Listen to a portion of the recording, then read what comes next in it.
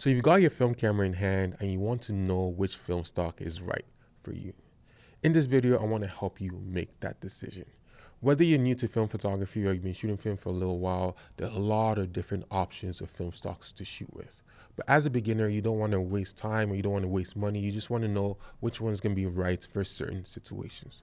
I'm going to be showing you some of my favorite film stocks that I think are going to be good for beginners, showing you some different options and giving you some ideas of when and how to shoot with these film stocks. But before we dive into those options, there are some things I think you should consider before going into buying your first film stock or like just picking film stocks in general. There are three main things I think you should look out for when you're thinking about buying film. The first thing being the ISO and sensitivity of the film. When it comes to ISO, the lower the number, the more light it needs. The higher the number, the less light it needs. So if you're going to be shooting at night or in the nighttime, you want something with a higher ISO value. Think 800T, Portrait 800, those types of film stocks. Usually with the lower number, it needs much more light. So you're going to be shooting those in daytime. So anything 200, 400, or even 100. The next thing you want to consider is that do you want to shoot in color or do you want to shoot in black and white? Color film is great for everyday photography and you will get the classic nostalgic look that you think about when you think about film photography. But when it comes to black and white has so many different ranges, so many different options. Black and white has been around longer than film photography, so there's a lot more that you can do and explore with when it comes to shooting black and white. The third thing you have to consider when choosing your film stock is price and availability of the film stock and also of the labs. Depending on what film stock you're buying, usually color is more expensive than black and white, and there's more variations of black and white film than color films. And when it comes to the labs, usually color film is developed cheaper and faster because they have machines for that than black and white, and depending on where you are in the world, the prices may vary. Now that we know about a couple of things to consider, let's talk about the actual film stocks. I'm going to be talking about 7 different film stocks, and the first one is Kodak Gold. Kodak Gold holds my heart because it's one of the first film stocks I ever shot. This film stock actually got me to fall in love with film photography. Kodak Gold has that warm, nostalgic look, perfect for sunny days and everyday shooting. It has a fine grain for a 200 speed film, but since it's a lower ISO, you will need good light. If you love the classic Kodak feel, this is a great starting point, especially at that price point. Usually Kodak Gold is the cheapest of the Kodak color films, and if you can get your hand on a 36 or 24 exposure roll, I highly recommend it. The next one is Kodak Ultramax 400. This is one of those film stocks I've always known was just there, but I haven't really shot a lot of it until recently when I took it on a trip with me.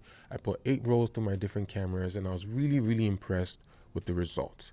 Think of Ultramax as Kodak Gold's more versatile sibling. With an ISO of 400, you can shoot in a wider range of lighting conditions, from bright daylight to golden hour, and even indoors with enough light. The colors are a bit more saturated, making skies pop and skin tones look more vibrant.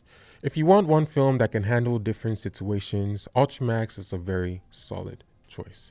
And here in Canada, you can usually get 3 packs and single packs of 24 or 36 exposures, and usually it costs between $12 to $15 per roll.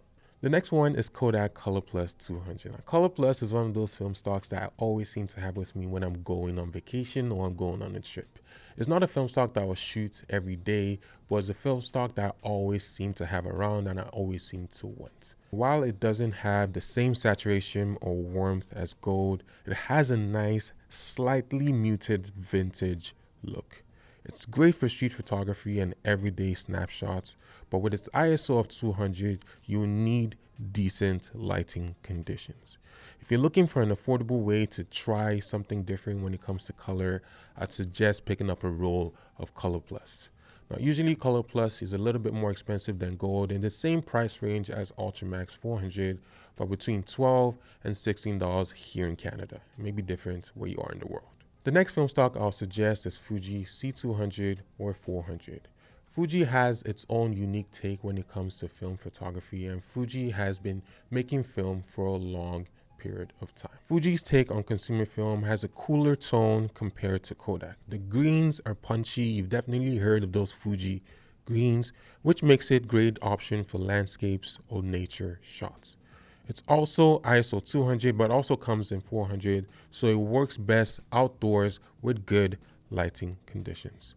Some people prefer Fuji's look over Kodak, so if you want something slightly different in color signature and just overall look, Fuji is definitely worth trying. Now, Fuji, sometimes, depending on where you are in the world, is very difficult to come by, but you can usually find it in 3-packs and also as single rolls for between $12 and $15 here in Canada. Again, different where you are in the world. Now I want to talk to you about the different black and white options, and I want to start with what has been my go-to black and white film stock over the years. It's Ilford HP5. HP5 was my go-to film stock when I started shooting a lot of film. I would buy it in bulk or buy it hand-rolled from my local lab and just shoot a ton of it. I started developing at home and I would just like shoot all HP5. HP5 provides that classic look for a black and white film stock. It has a nice balance of contrast and detail, and because it's an ISO 400 film, it's super forgiving with exposure mistakes. I've shot this film at a wide range of exposures, just trying and testing different things out, and it's always held up very well. It does have a little bit more grain than a lower speed film stock, so if you're going to be shooting HP5, expect grain. Now, when it comes to availability, HP5 is usually available everywhere in the world. It's also available in different formats. If you want to shoot it in 120, 4x5, 8x10, you can always find HP5 around.